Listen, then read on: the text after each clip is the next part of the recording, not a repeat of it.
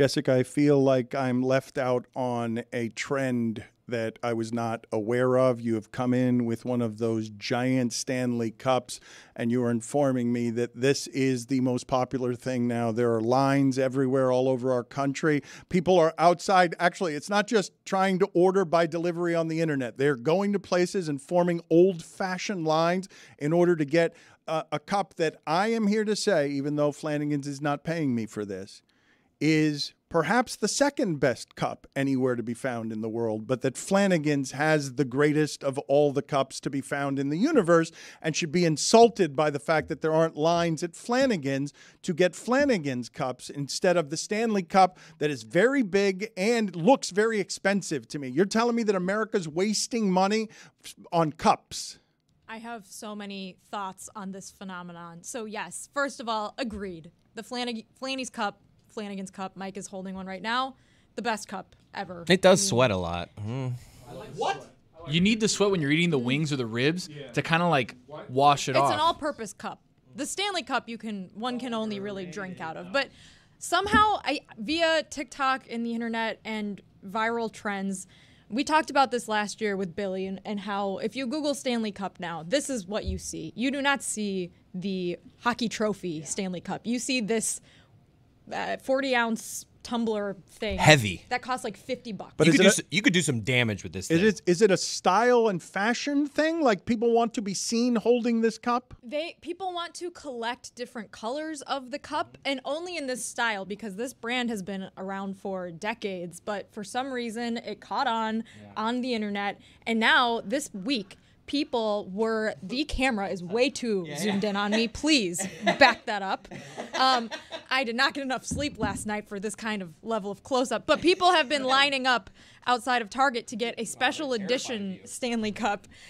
It's a $50 cup, give or take. $50? It's coming out in like these special Target Valentine's Day edition colors that are like hot pink. And it's reselling. I have seen on eBay people reselling the cups that were hard to get this week for like over $200 for a $50 cup that you just drink out of. All right, what are we doing? And it's not even, I like the cup. It's a damn good cup. I have one of the cups. I will say, it's not, it's no Flanagan's Cup, first of all. Second of all, it leaks. What are we doing? Look, It's not vacuum sealed. I don't mean to sound. I'm going to sound like the world's oldest person, not understanding a country that is making popular a $50 cup. I know there are all sorts of forms of the apocalypse encroaching upon us, but really, I sound like the world's oldest person, not understanding the popularity of a $50 fashion cup. I completely agree with you, Dan. I find it baffling because I think the purpose of one of these cups is it's better for the environment to drink out of a reusable cup than to buy plastic or use plastic that is one use, right? The single-use plastic that you can't really recycle. It'll keep your drink cold for like 2 months. No, these ones actually, the ice melts. So I also have a ton of Yetis because Yetis are, in my opinion, the best of this kind of vacuum seal cup thing. And they also don't leak. If you put them upside down with the lid on, water does not come out. Wow. These, water comes out, and also the ice melts very quickly. It's also very difficult to clean out the straw. There was someone on TikTok, not with one of these cups specifically, but one of the other very trendy viral cups, who didn't realize that there was mold growing inside the lid, and she was getting sick because she was just inhaling mold all the time. So you have to clean them very intricately, whereas the Yeti, it has 2 parts. You just clean it, and that's it. Put it in the dishwasher, whatever. I don't understand this either, Dan. I think it's totally bizarre because, like I was saying, the purpose of a reusable cup is that it's better for the environment, but now it's become a collector's item. You have coffee in there? Yes, I have so much coffee in All here. right, well, forgive my ignorance. And it's just becoming one of those overconsumption things where it's people are collecting tons of them just to have them, and it's just kind of defeating the purpose of why you would buy a cup like this, to just use it and not buy, a regular plastic cup. Mike Ryan, are you looking because she was drinking so vigorously from that cup that has an undertow in it, and she had a lot of coffee? Is it because of the speed and the amount of information? When she gets passionate around these things, she speeds up whether she's having the coffee or not. And I don't still know how you got this one. Did you get it recently? Was it hard? This one was hard to get?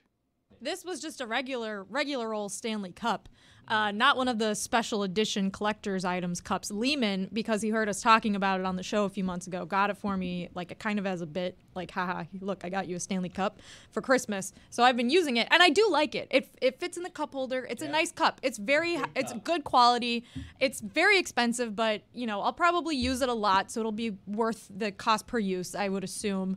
But it's not like, I don't understand the impetus to collect. If you go on TikTok, Dan, you can see people that have every single color of this cup, and it's just like hanging on their wall. The question I now have for you, please forgive my ignorance here, but the only reference point I have for this in my lifetime was the Cabbage Patch doll that children wanted 30 years ago. You're telling me this cup is a global, or it is a national phenomenon that is the craze of all buying crazes, that people are physically going to places to get something and not just demanding that the internet bring it to them? Yes, and I don't get it. It's a cup. Like the Beanie Babies, that had its own weird bubble. But Same thing. I guess you can cuddle with that at least. It was a unique toy. It was, I know like moms in Naperville are kind of what made the Beanie Baby blew up, but you could kind of say like, okay, like kids liked collecting them and they had different cute little fuzzy faces, but this is just a cup. I don't get it. And I guess like, I don't think like the people doing it, like I have no beef with them. Like they're not really doing anything like that bad. It's not really hurting anyone, but I just find it bizarre. Chris Cody, why are you just... Well, I'm pro Stanley. If you're out there watching Stanley, I love you. Okay? That's it. Why are you guys showing... Chris wants a free cup. This shilling for Stanley Cup over here? Fraud Stanley My Cup. wife loves them. She has 4. Okay. Really? All right. Mike Ryan, I need some assistance with something here because I really don't know how to talk about some of the things in the industry that I want to talk about without people feeling like I am salty or bitter about something. Aaron Rodgers is in the news, and then I become anti-Pat McAfee when I couldn't possibly be more supportive of Pat McAfee, Shannon Sharpe, everyone who bets on themselves and gets to use this system. Like, I want to support what those people are doing. I want those people to win. Shannon Sharpe's podcast is a monster. He just had on Katt Williams. Katt Williams does some of that, but that interview that he did with Katt Williams has now set the internet on fire because you never see a great comedian take out everyone else in his industry name by name, and that comedian has the credentials, even though he's a little bit crazy. He's got all of the credentials where you say that man is telling the truth, but he's also such a great storyteller that he can always be lying. And he took out Steve Harvey, and he took out Cedric the Entertainer, and he took out 1,000 guys in this interview with Shannon Sharpe. Shannon Sharpe, who can keep up with anybody. Shannon Sharpe couldn't check him on all the things he was claiming because he took out Kevin Hart. He called him a Hollywood plant, as if he's but while also saying Bernie Mac was the greatest to ever do it. So he's got the comedy credentials to take out everybody, and he did. It was an electric interview, Dan. I was watching the entire thing, and I was like, my one question is, yes, Katt is a little eccentric. He says sometimes things that are a little out there. How many times do you need to say something that's a little out there to be discredited on all the things you say? Because he took out Harvey Weinstein, he took out Diddy, he took out Steve Harvey, he took out Kevin Hart, he took out, you name it, he's taken them out. So what does he have to say to be discredited on all that stuff? I think that's as good an interview as you will hear this month, just because Katt Williams is that entertaining, and Katt Williams will say things that you just don't hear. He is... What do you have on South Beach Sessions? Alex Rodriguez. Oh, that's a big one. That's a what? A-Rod. From the hood. The Alex interview. Rodriguez. The Alex Rodriguez. Yes, baseball player. Old Kugler, when he left here, that was a real taunt from you. He's gone? Well, I haven't seen him this week. He's been gone for like 2 weeks already. I don't know where. He's 000 on the calendar. I don't know where he is. Ooh. Out of office. Yes, he said we cracked the machine. He said that A-Rod was cracked in the South Beach session that we did with him. Is that tomorrow? You're asking me? I'm the guy that just asked you what's coming up. Well, It was a genuine question. But yeah, it was it's a genuine answer, and I didn't realize until after I'd answered it that you were taunting me with Shannon Sharpe got a better guest. Well, no, than- you said right before that's the best interview you'll hear all month. Yeah, and I'm like, don't sell yourself short, big dog. Yeah, that's Timberwolves owner Alex Rodriguez. Come on, you can do this. Tomorrow it is Timberwolves owner Alex Rodriguez. Well, it better be Cougs. You better get out. You better delete that OOO. A cracked open Alex Rodriguez. I give him a gift. I don't want to spoil it. Oh, yes, you do. Do you know what this is? Do you know what this gift is? I gave in a public moment because I've been critical of A-Rod over the years. I have beaten him FJ. up. No.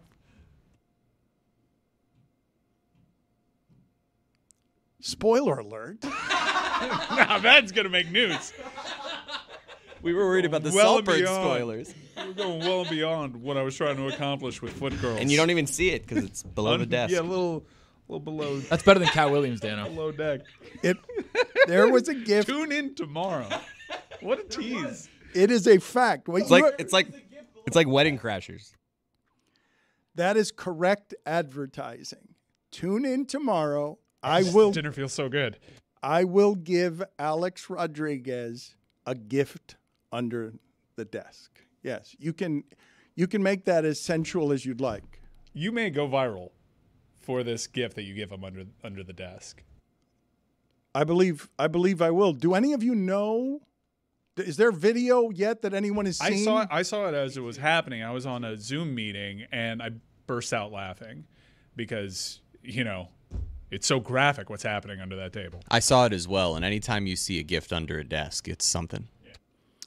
Yeah, that's tomorrow on South Beach Sessions. I'm glad you asked, but Hopefully. it won't be as good as the Katt Williams interview, though. That's going to be a pretty big moment.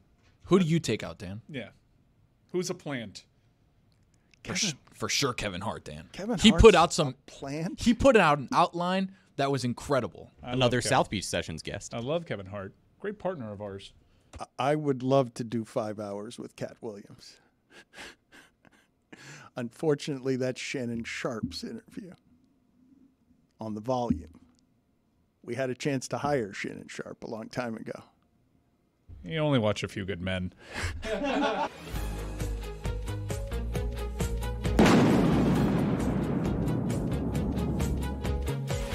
It's time for Thursday Thunder.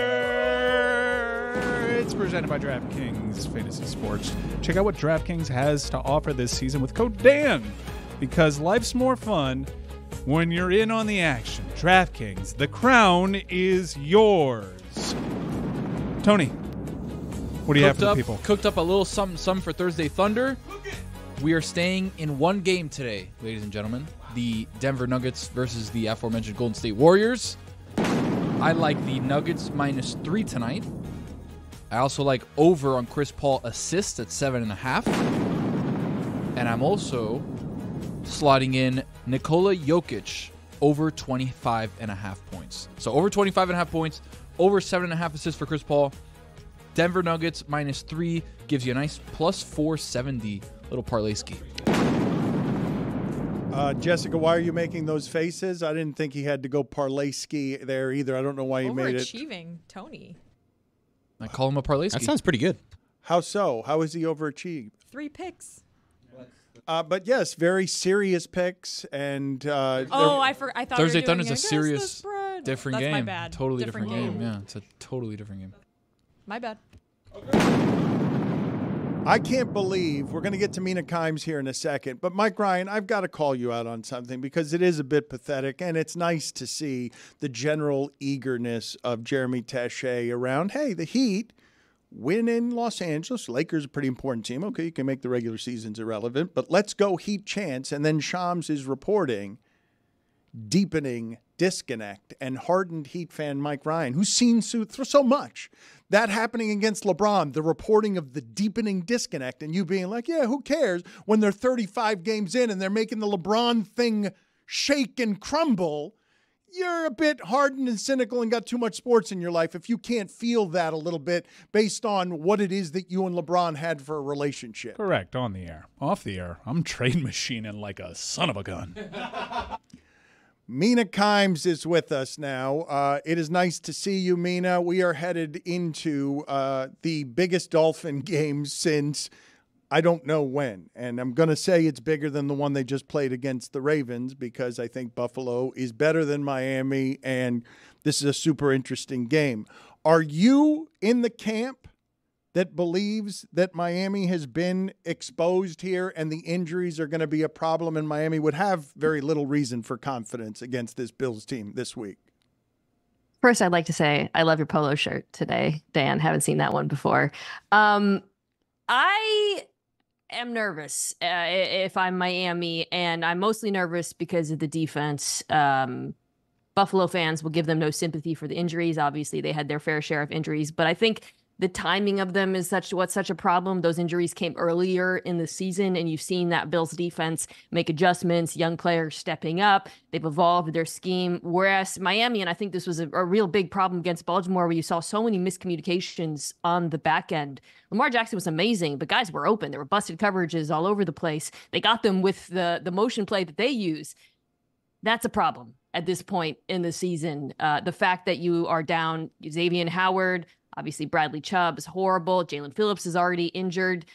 It's a really bad time to lose your most important players, and then to lose them right before this game.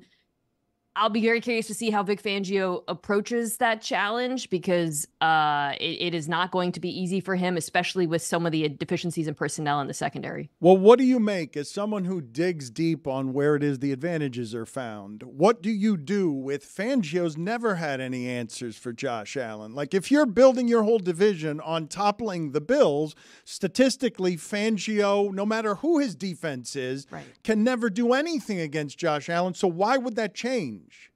Well, earlier in the season, when these teams play, they didn't have Jalen Ramsey, should be noted.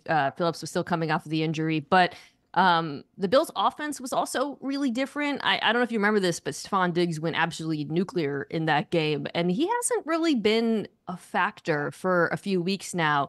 This Bills' offense under Joe Brady has been more about like ball control, throwing to the tight ends.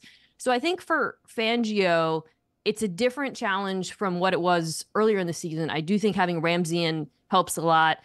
I think on that side of the ball, your hope, frankly, and this is something that I think Fangio will probably orient his game plan towards, is that you get YOLO Josh Allen. We're coming off of a game, by the way, where Josh Allen did not play well against New England. He has been a little bit up and down this season. There are games where he just feels compelled to go nuclear and put on the cape and make throws with three guys covering one guy downfield.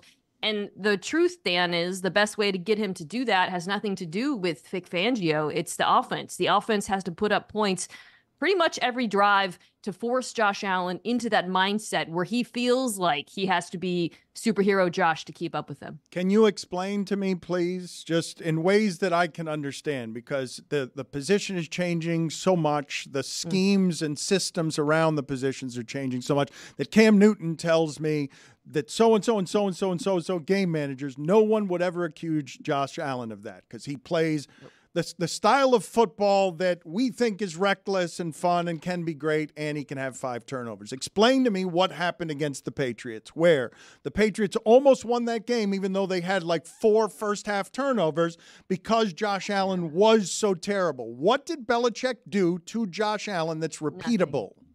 Nothing. He was just off. And I that kind of goes back to what I was saying. I feel like with Josh Allen, it's almost less about what the defense does and more about what version of him you get. The risk reward balance is always the thing with him, and the reason we accept some of the riskier plays is because the reward is so great.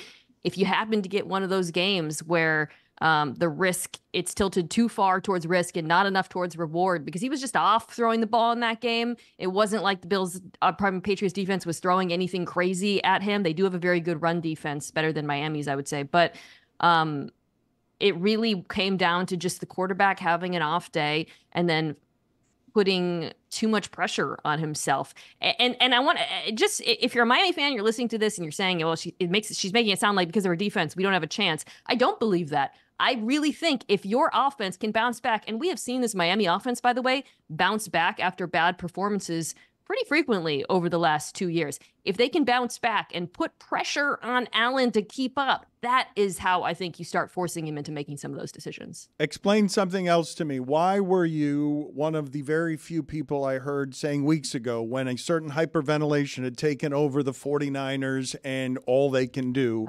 offensively, that you were telling us, hey, Ravens really match up well with them? It felt like that, Mike Florio's over here saying Ravens are going to get the kicked out of them. Everybody thought that the 49ers are, going to out physical, out tough you, but nobody does that to the Ravens. What were you seeing in the matchups that you were telling us before anybody else was, hey, the Ravens they can be seen as better than the 49ers?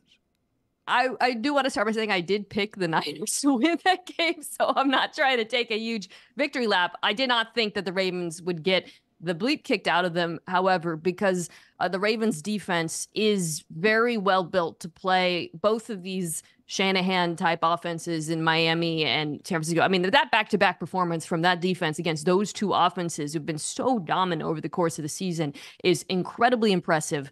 And there are two things I think that really matter. One is that they have elite linebacking, which is kind of rare in the NFL right now. It's been interesting as frankly, I think Miami has suffered from this a little bit. You look at a team like Philadelphia that chose not to invest in the linebacker position because for years, Dan, we thought in addition to devaluing running backs on offense, off-ball linebacker was not as important. I would argue that right now, off-ball linebacker is more important than it's ever been because these offenses, these Shanahan offenses are basically built to mess with linebackers by always making you wrong, whether it's through the option stuff, the RPO stuff, all the motions and whatnot. So the Ravens come in with, next to San Francisco, the best linebacker duo in the NFL. Roquan Smith has been unbelievable this year, and his ability to cover, pressure, basically take out the middle of the field, which is so important against both Miami and San Francisco, is paramount to beating both those teams. And then the other thing is their defensive coordinator, Mike McDonald, is brilliant and, in my view, should be the number one head coaching hire or candidate this cycle. It's so interesting to me, though, Mina, because I feel like when they talk about Sirianni, and I couldn't believe I'm seeing Adam Schefter say, he's safe. Sirianni's not going to be fired. When I'm watching a team that's been pretty great, and now people are questioning the Eagles, and I thought it's not about toughness. It's not about anything else other than their linebackers can't cover anybody. Their linebackers are terrible. And it's not just the live. Well, I didn't know that Adam said that Sirianni's safe, but that's funny.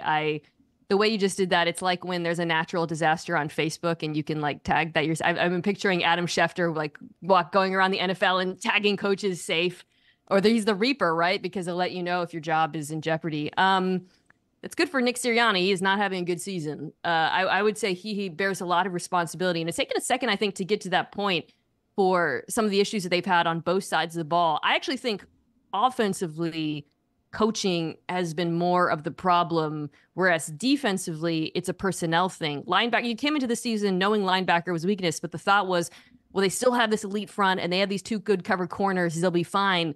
But the front hasn't been elite. The corners have either been injured or not playing well. And suddenly you look at this defense and it's like, what do you do well? And the answer is not really anything right now. We've seen progressively as the season's gone on that defenses have caught on to what the Eagles have done over the last few years. And I guess it culminates, it builds to crescendo with someone that was formerly on their staff just totally taking them apart. And I know A.J. Brown held the players responsible somewhat, but it appears from watching the Eagles these last few weeks is they're out of moves on offense. Yeah. Would you agree with that?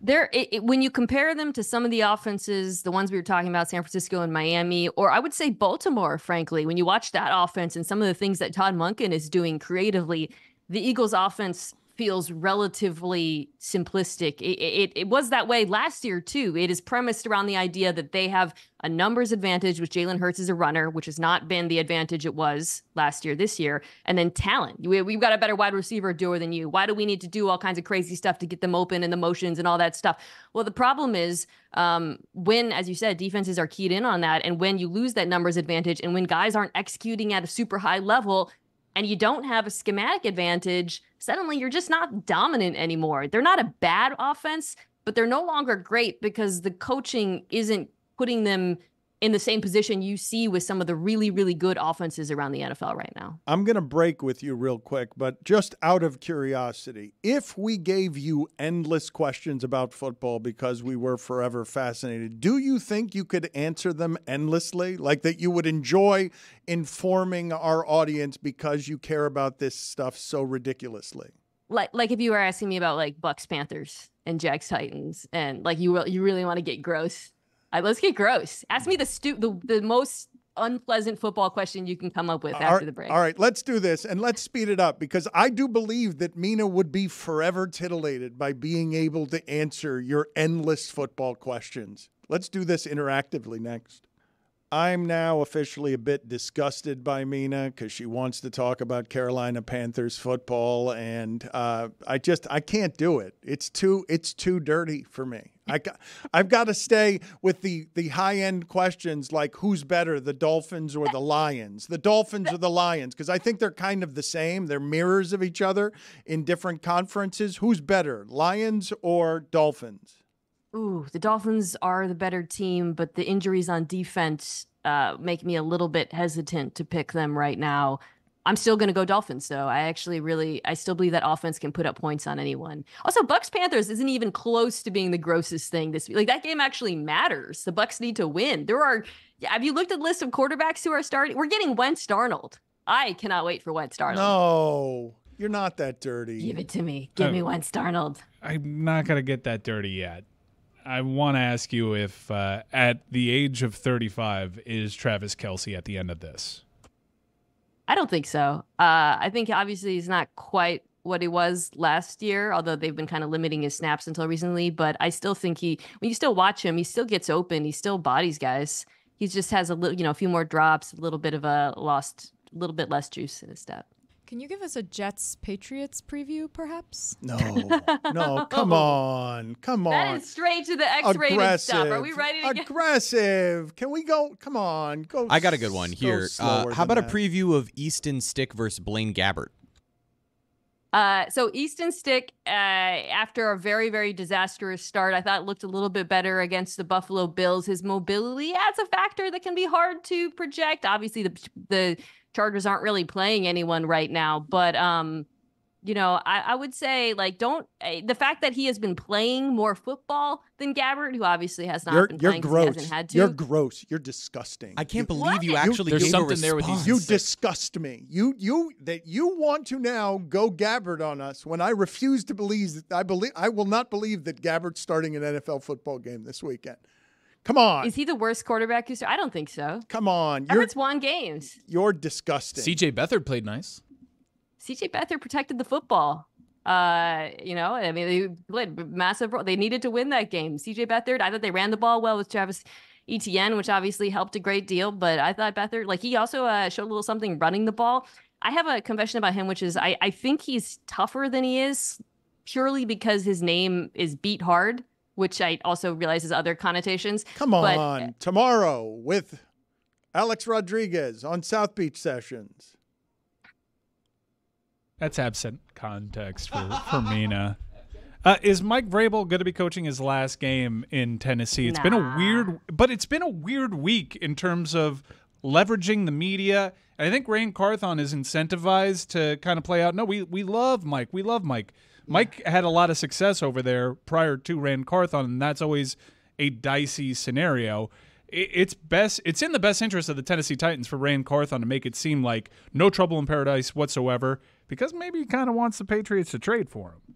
He's not he's not the problem in Tennessee. That team was bad coming into this year. I thought they would be the worst in the division. The offensive line, they're a rebuilding team that didn't really go full rebuild because they kept Tannehill around, and then obviously they started Levis, but Vrabel's not the problem in Tennessee. By the way, speaking of dirty, like the Jags are playing them. The Jags have to win this game. I'll probably pick the Jags, but do not underestimate Mike Vrabel's ability to drag teams into the mud. Like, he will do some of the grossest stuff in that game. We're talking fake punts, weird rules, exploitation that we don't even know about. I would stay so far away. I think Tennessee, one last ride with Tannehill and Vrabel as a super dog ruining everything. The Titans are actually pretty well positioned, though. They have the most cap room out of anybody next year. Like, they did a good job of digging themselves out of a bad situation. This was the rebuilding year, yeah.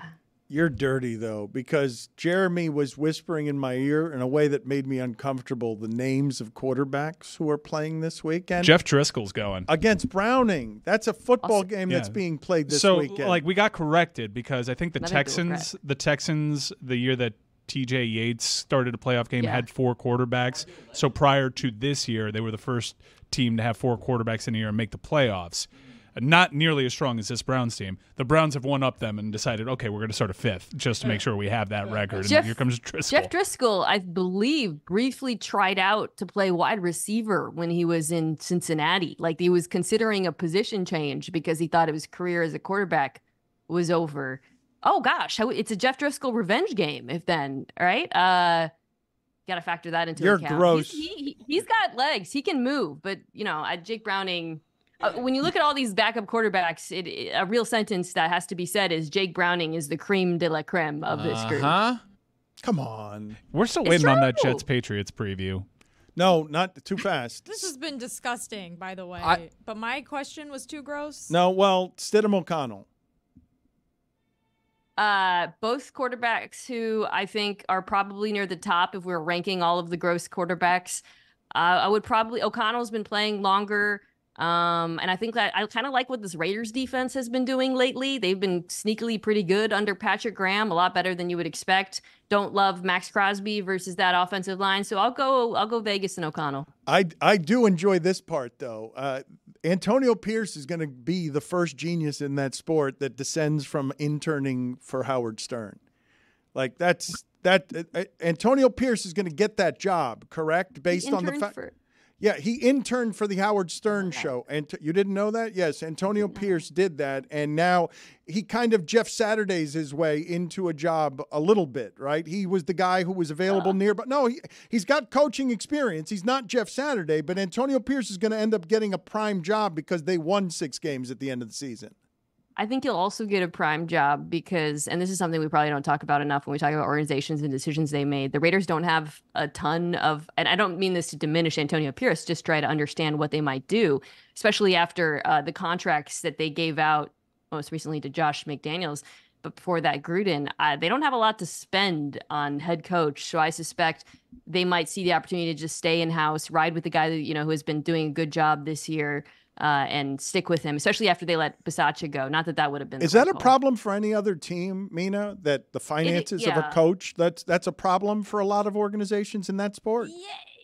Yes, it is. And I said we don't talk about it enough. Like, it does affect decision making, not just with coaching hires, but with players. Like, you have to look at how much cash owners have on hand. It's why the Bengals changed the name of their stadium, because they literally needed the money to pay Joe Burrow, and we'll see who else. See if Jamar Chase would be next. But that's the thing about NFL owners, right? Like, a lot of them are like, the 3rd generation of owning like a pencil factory. It's not like tech where it's like Mark Cuban, and there's a lot of, I'm not calling them broke, but they're not exactly, the sort of wealth that we see sometimes in other leagues.